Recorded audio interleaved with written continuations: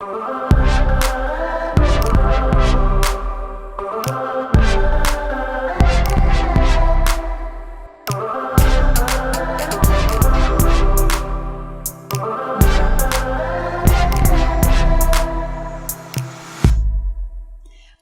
to episode 6. So today I've got a bit of a different episode for you. I speak to Tilesh Bhaga, who is currently working for an advertising agency in the advertising industry. And it's a bit of a different episode because it's not the conventional career path that you would expect a multimedia grad to take. But he shares some really interesting insights, some really cool projects that he's worked on, and just a general excitement for the degree and the lessons that he's learned. So I hope you enjoy the episode. So thank you very much for joining me today. I appreciate you putting aside the time. I'm really keen to hear what your experience in industry has been like. So jumping right in, can you tell me a little bit about what you do, where you work now? What's your day-to-day look like? Cool. Yeah. So I'm Tilesh. I don't know if I should say my name. Sorry. Go for it. Okay, cool. I'm Tilesh. I currently work in the advertising industry, which is nothing of what I expected from studying multimedia. I work in a company called TWA Huntless, TWA being the global brand. So it's an overarching company that holds many digital agencies within them. We have from India, Sri Lanka, Singapore, New York, LA, all of those places have these things. And Huntless is one of them. So Huntless is in Sandton, where I work, and I'm a front-end developer there, which is crazy because it's like any job title in advertising, don't take it too seriously because you more than likely aren't going to stick to it, which is something I love. They always preach something called T-shaped. And it's like, no matter what you do, you're probably going to do a bunch of stuff. So my day-to-day is a lot of graphic design. Well, sadly, it's a lot of HTML banners and web banners because that's kind of how we feed our people. But aside from that, I do a lot of creative. I'll now and then jump on and talk to my friends who are doing copywriting. Sure. It's very much an agency filled with innovation. So at any point, if you come up with a cool idea, you package it, you put it into a presentation, and you pitch it to a bunch of the creative directors. And if they dig it, then they're going to make it happen. Wow. Which is a really fun place to be. And it's why I like advertising so much. And I actually wanted to talk about it on this podcast because it's like, I never would have thought that something like this existed unless I left. Because everyone's idea in work or in studying multimedia is like, I'm going to either become something super creative or something super codey. So this kind of packages all of that into one. Yeah. And how did you, so if you say you never would have thought this existed, how did you find out about it? Yeah, so one of the people I went to uni with, Bernard, we were basically in the same game group. We actually did most of our degree together. And I was at another sort of agency. So straight out of uni, I had a bursary in university, and the whole deal was once you're done with university, you come and you work as a graduate intern. And then I got a full-time in this small-time agency, which wasn't really, it was more like a fulfillment agency. So we did social media, and I did a ton of websites, like 4 websites a day, which is a little bit ridiculous. Whoa. But yeah, our turnaround time was insane. And from there, I'm like, cool, I want to, so I was there for a year, did graduate intern. Then they hired me full-time as a digital designer, which I did for a year, where because I was the only proper developer there, I would do majority of the websites. And when there was a bigger website, they would give it to me because we had a CRM, a little drag and drop boy. But usually clients wanted something a bit more impressive. So they would give me the CRM with what they wanted, and I would just hack and just like inject a bunch of CSS and JavaScript to make it look like the fanciest stuff online, which is kind of weird because you're using a CRM completely wrong, but it was very fun and very entertaining. And then because it was such a small agency, I got the opportunity to start the video studio there. And I became the head of video and animation at the company. And I ran a little team of us where we just went and we shot little ads or little introduction videos for companies. And then I left. So my friend told me that there was a developer opportunity at Huntless. And I've heard of their countless sleepless nights of working on projects. And I'm like, this sounds like a really fun thing that I want to give it a try. It's like, either I'm going to hate it and leave immediately or enjoy it and stay. So I went for an interview and they hired me off the bat. And yeah, that's how I rocked up there. And it's been a very different experience compared to my first agency, that's for sure. Okay. Did you say countless sleepless nights? Yeah. So in agencies, when you have an idea, so most of the time with advertising, your idea is about this big, your budget is about this big, and your time is about this big. So there isn't just working in the steady 9 to 5. 9 to 5 is a rare thing for most people. You'll rock up there at 9, and sometimes you'll leave at 10. The one morning I left at 4, and then I rocked up again at 6. It's kind of a crazy environment, but you're doing such fun things that you don't really mind it too much, which is a very exciting place to be. So it's kind of like, I mean, you're passionate about what you do, so that's kind of what keeps you going. That's what lets you pull all-nighters and work crazy hours and stuff. Okay. Yeah, because it's like, even if we are doing something as simple as a website, it's never just a website. Because in advertising, if you're doing something, it has to win an award. I didn't know awards existed for advertising, but if you're gonna pitch something and it isn't award worthy, they're more than likely gonna shoot it down. Wow. So the one project that another one of the developers in the team did was Datsun. Oh, I'm forgetting the campaign. I'll think of it just now. But it's basically it tracked a little Datsun that was driving around, and based on people's tweets, those tweets would draw it closer to their town. Oh wow! So it's like Datsun go Twane, whatever, and then by the end of the day, the one that had the most tweets, the car would drive there, and it shifted throughout the day depending on who was winning. And initially, we wanted to make the car autonomous because we have an artificial intelligence person who works with us, actually in my team with me. And we were like, okay, this is going to be a bit too crazy to do right now on our roads because our lines and stuff aren't exactly the best to follow. And our signs are usually taken down. So we're like, cool, we'll just make it that we have a bot that's pulling through data from Twitter that's constantly hosted on a site where it uploads and updates the numbers all the time. And then eventually this car ended up in a town, and someone went to go look for it. They found it and it was theirs. Like, that's what the entire campaign was. Yeah. That's so cool. So, but that entire thing basically gathered up. We trended for like a week. We got a whole bunch of free advertising for it. Yes, it was one car giveaway, but it was so worth it in the end. Sure. And that's the type of developing you'll do. Okay. So when you say you're a front-end developer, what are those other things you say that you dabble in or that you do sometimes? Yeah, so early in when we got there, one of our sister agencies in Japan has an innovation hub that they have there. And Pete, who's one of our high ups, he's like the number one creative director in South Africa. It's something silly, but he's amazing. And he came back and he presented this insane hub that they have in Japan. And myself, Bernard, the friend who got me there, and Daniel, the artificial intelligence person, went to go and talk to him, and we were like, hey, we want to start that here. So after a few meetings, we eventually got him to agree, and now we have a makerspace in our building. So we have a little office in the corner where it's the three of us sitting in there talking nonsense. We have little VR gear, we have 3D printers. Wow. We recently built a little robot for MTN. So I've dabbled a lot with VR and AR. We did a bunch of AR work. So Luries is one of the awards programs that our agencies really adore, and we usually host it in Durban. So in our first year, we usually go out there and students come and they present their portfolios, and they hope to get hired.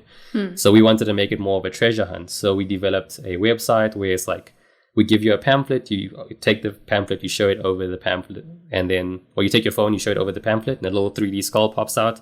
So we developed that whole thing, and then you say enter, and then it gives you like, cool, here's your scavenger hunt. Go and meet this person, go and down a beer with this person.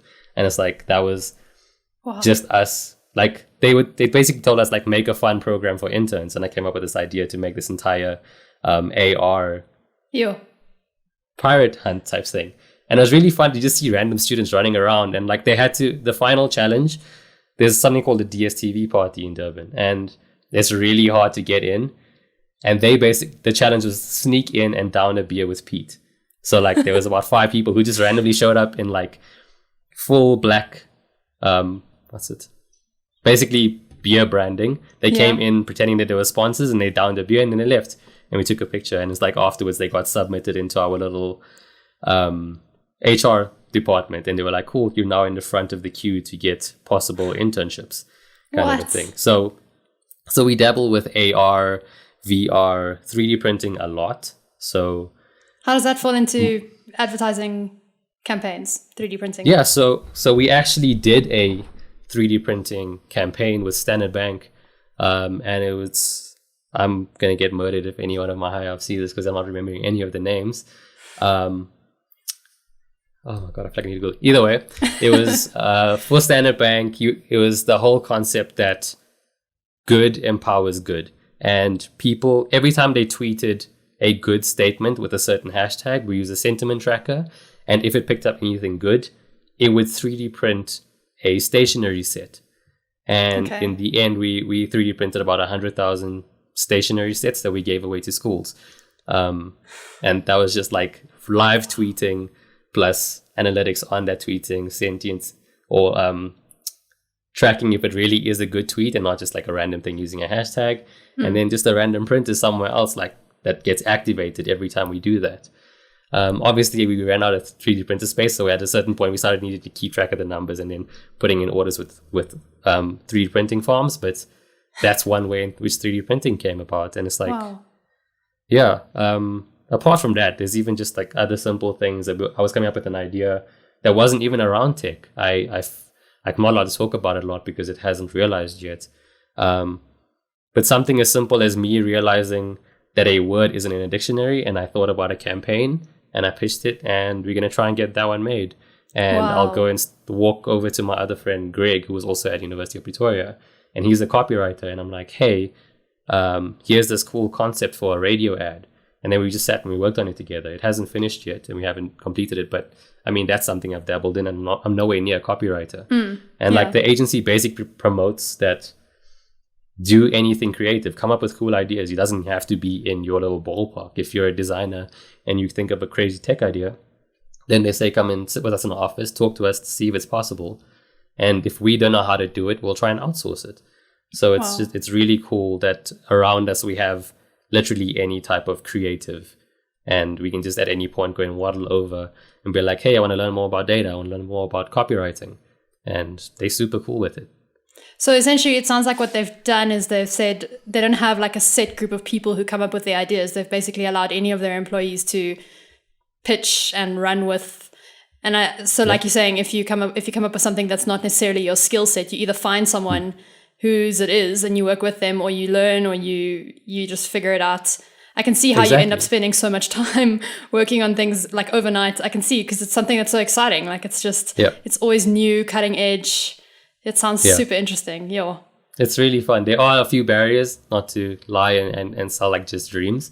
But yeah, for the most of it, if you can come up with really cool ideas, make a presentation, pitch it to someone and they love it, you're going to get a team thrown at you of like really highly skilled individuals. They're going to help you refine it. And then you could win an award, which in advertising is a really big deal, because the more awards you have to your name, the higher salaries you can ask for at your next companies, basically. Wow.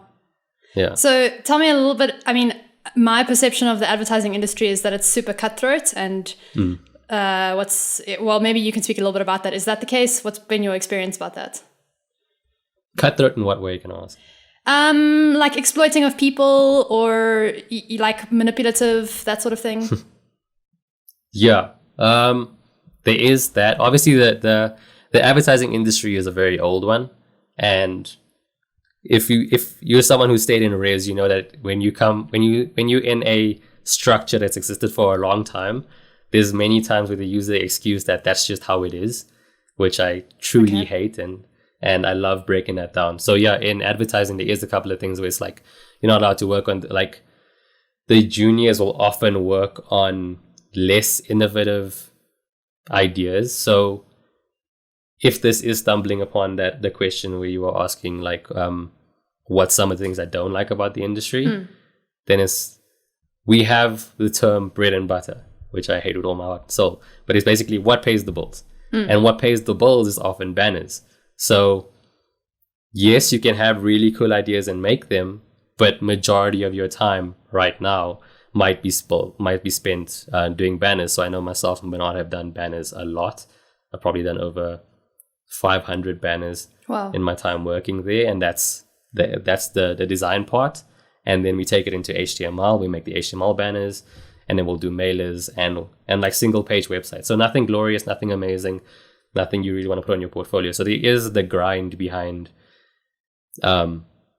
Some people do often get really cool briefs thrown at them, like, hey, this is an amazing brief, we want you to think of an idea. But then the juniors have to work their way to getting into that position. So a lot of the time they'll spend most of their time doing really boring things, being banners and social posts and just the day-to-day things that you see most companies posting about on their just normal forums. So that's a lot of what advertising is. And it's like, it is very fast-paced, and you will work weekends sometimes just because we need to meet some deadlines. So it's not exact, like, it is the complete opposite of like a corporate environment where, you go in for certain times, and if you work after hours, you're getting paid for those hours. And yeah, like sometimes you need to sacrifice just to get a little bit further and get recognized. And that is where advertising is quite cutthroat. It's like you really have to push very hard to get some recognition so you can get some good work, and then eventually climb the ladder really quickly and get some high paying jobs that's really fun. Okay. Well, it makes sense. I mean, there's no job that you're going to do where you're going to love every part of it and it's going to be exactly on the edge the whole time. It makes sense that there is. And as a junior, you do have to kind of work your way into the privileged position of being able to run with cool ideas. So that makes sense. Definitely, yeah. Anything else you want to mention with regards to things that frustrate you about the industry or your job specifically? Yeah. So I don't want to stumble into other questions. So that's why I'm trying to still hold backside things. So another thing that frustrates me is that they're not ready yet to have people of our skill set. Okay.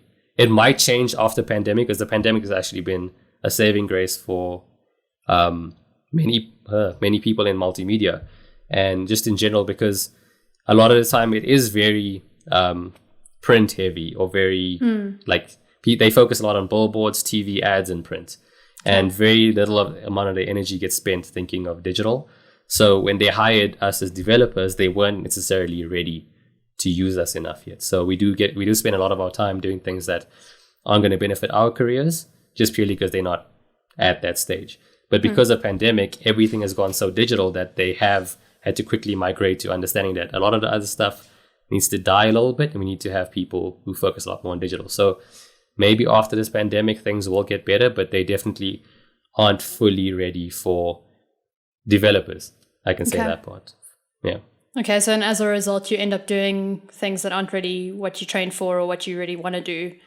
Exactly. Things that won't really push me forward as a person in my career. Because in the end of the day, when you work for someone, it's a give and take. It's like, I want to do amazing work for you, but it also needs to benefit me in some way and show on my portfolio, on my CV. Yeah. Okay.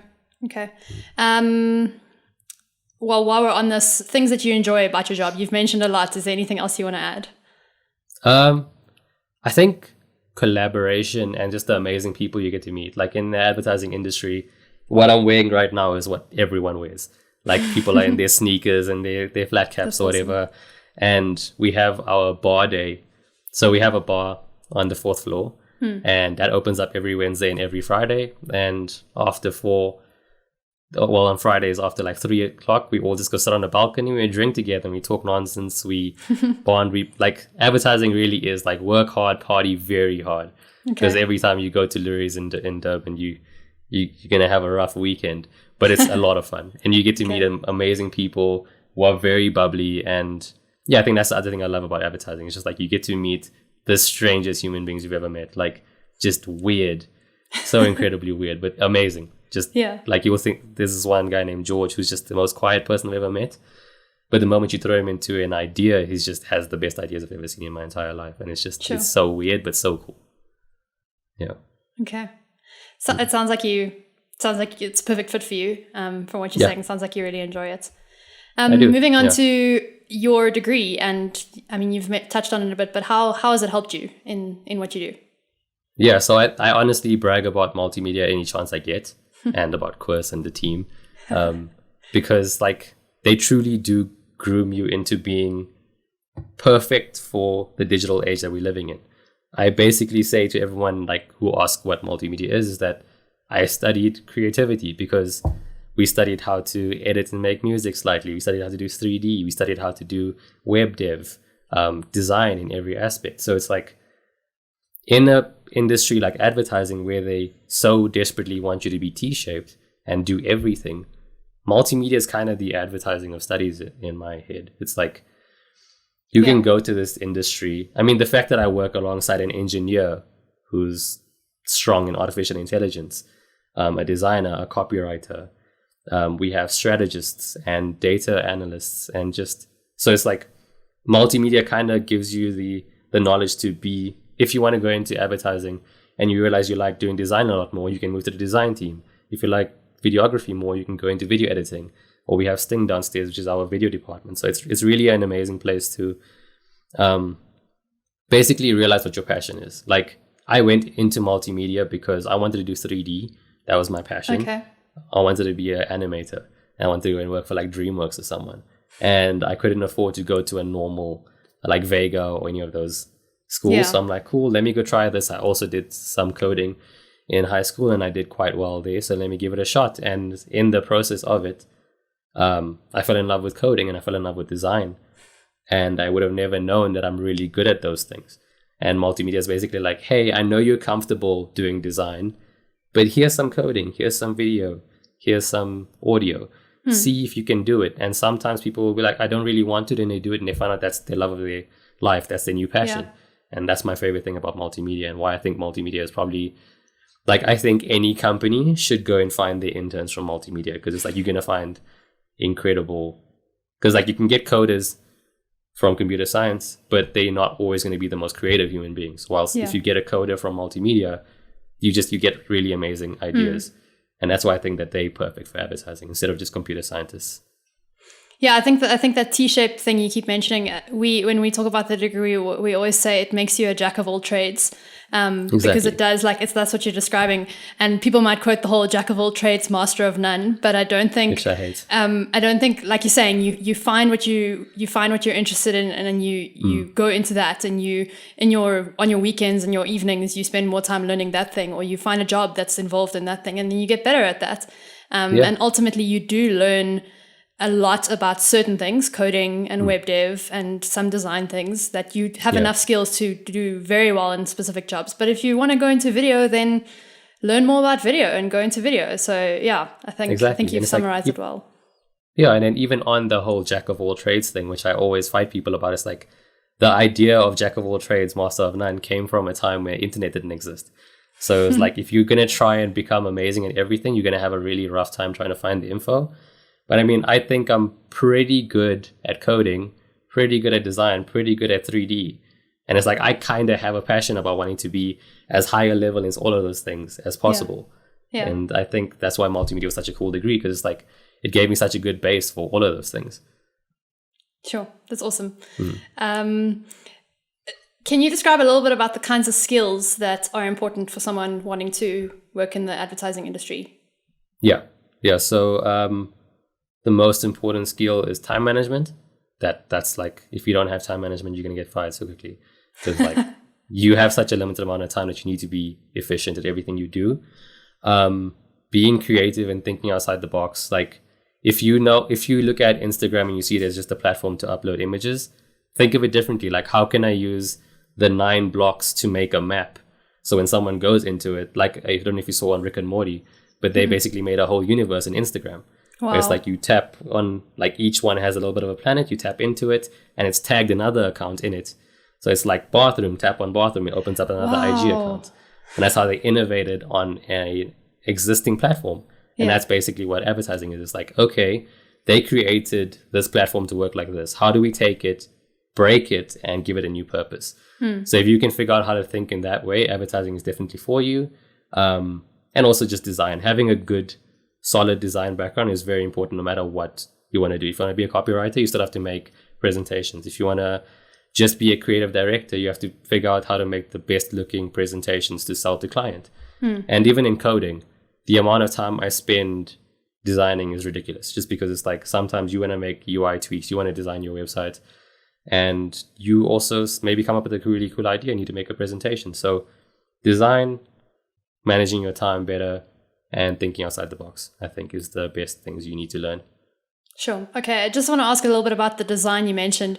Do you feel like the degree, like, taught you enough about that? Or were there some things you wish you could have learned better? where did you learn? How do you learn to become a better designer? Basically, that's my question. Yeah. So, all honestly, again, multimedia is a 3-year degree. We can't possibly pack professional level everything into that time frame. Yeah. So no, I don't think it fully taught design very well. Like compared to myself and Bernard, I'm better at design just purely because I started when I was really younger. I was that typical kid who was like, I want to take a picture of my car and then take it into Photoshop and drop it and give it rims and stuff. And that's where I figured out design initially. And then when I came into university, it tweaked it by giving me a set of new tools. So it's like the best way to harness your design is take pretty pictures, and like we have Pinterest, we have Behance and all these really crazy sites. See if you can replicate some of their art. That's like my favorite thing to do with my 3D and my design. I'll see an amazing concept. Like I have an entire screenshot folder just filled with design inspiration. And it's like, if I can't think of a cool concept for myself, I'll just go and try and replicate it.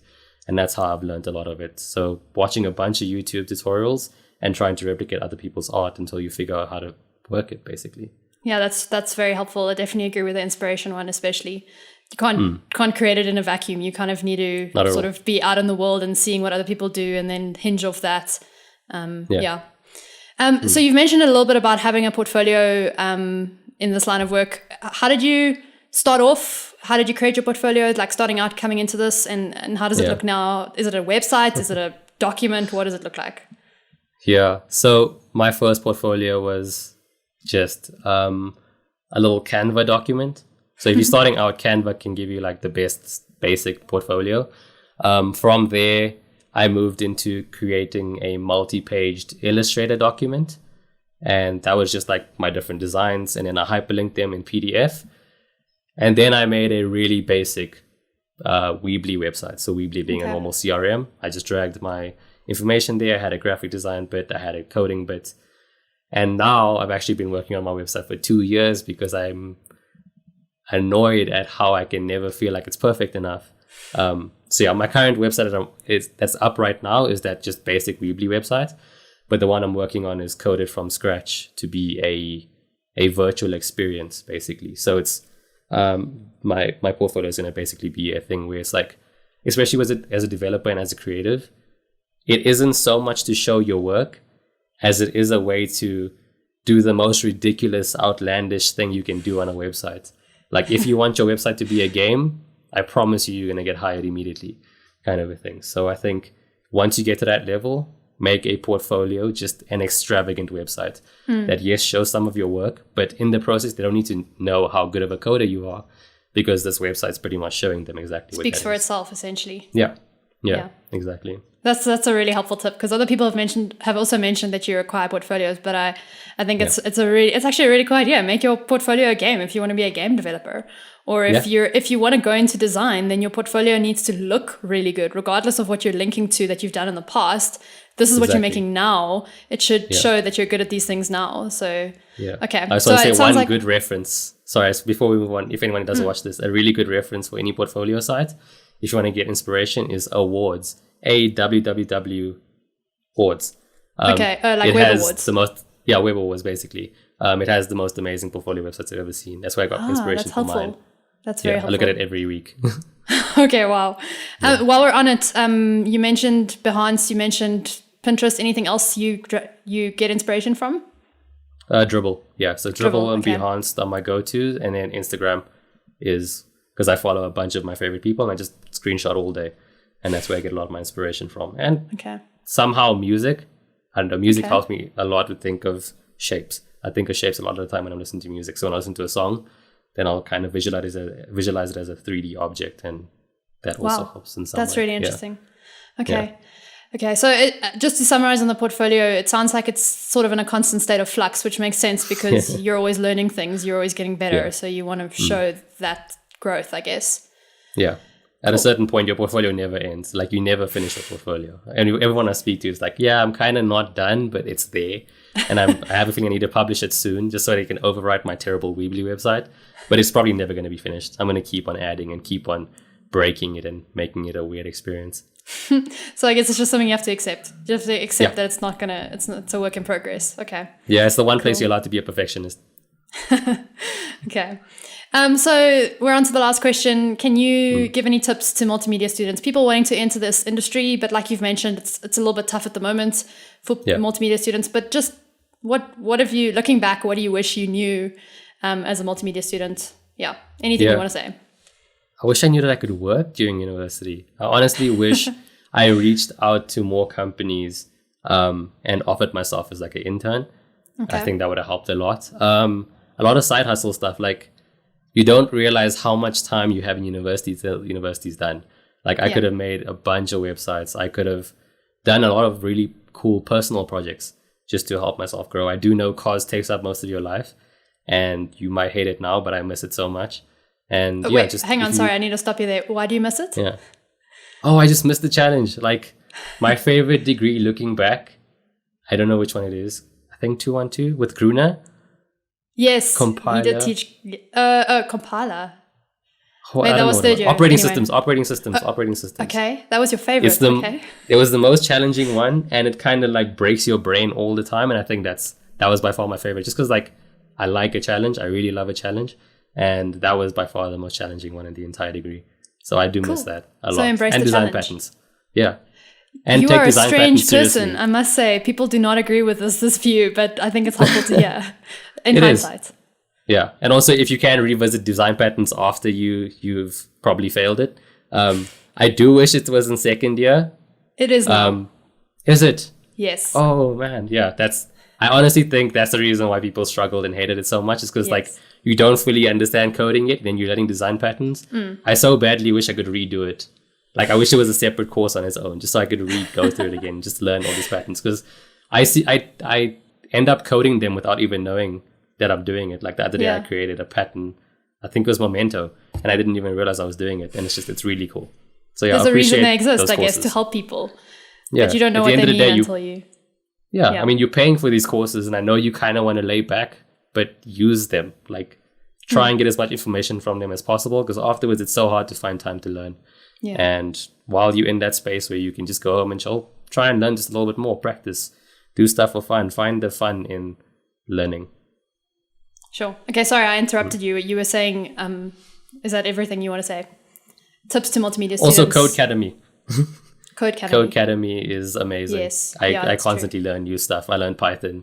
I learned React, which has become my favorite language in the world. I learned A-Frame recently, which I'm actually using on my website. It has everything you want to know there. Also, LinkedIn is your friend. Like, you get a lot of offers for what we do. Yeah. A lot. That's true. Like, I've gotten abundance during lockdown. So do up your LinkedIn while you're still in university, because you can get a really nice offer straight out of uni. Sure. Okay. Cool. So, I mean, that brings us to the end. Is there anything else you want to say just before we finish off? Not really. I just want to say thanks to the degree. And in general, of course, all of you guys were such cool lecturers and kind of gave us the feeling of being relaxed and creative over everything. And yeah, it's just been really inspiring. I know a lot of people who I know out of multimedia are just constantly striving to do more and learn more and kind of want to change the world, no matter how cliche it sounds. And yeah, more people should do multimedia and more companies should hire from multimedia is my final point. Awesome. Thank you. Cool. Thanks for your interview. I think it was the most spirited one I've had so far. And it's really cool to hear how excited you are about what you do. It sounds super cutting edge. It sounds interesting and stressful all at the same time, but just it's like a really good position for a multimedia student. It feels like you're using all of the skills you've learned. And I love that you're pushing yourself and learning new things. And I think you've given some really good tips to the students in the degree. So thanks very much. Cool. I'm really glad I could join, and thanks for the invitation. No problem.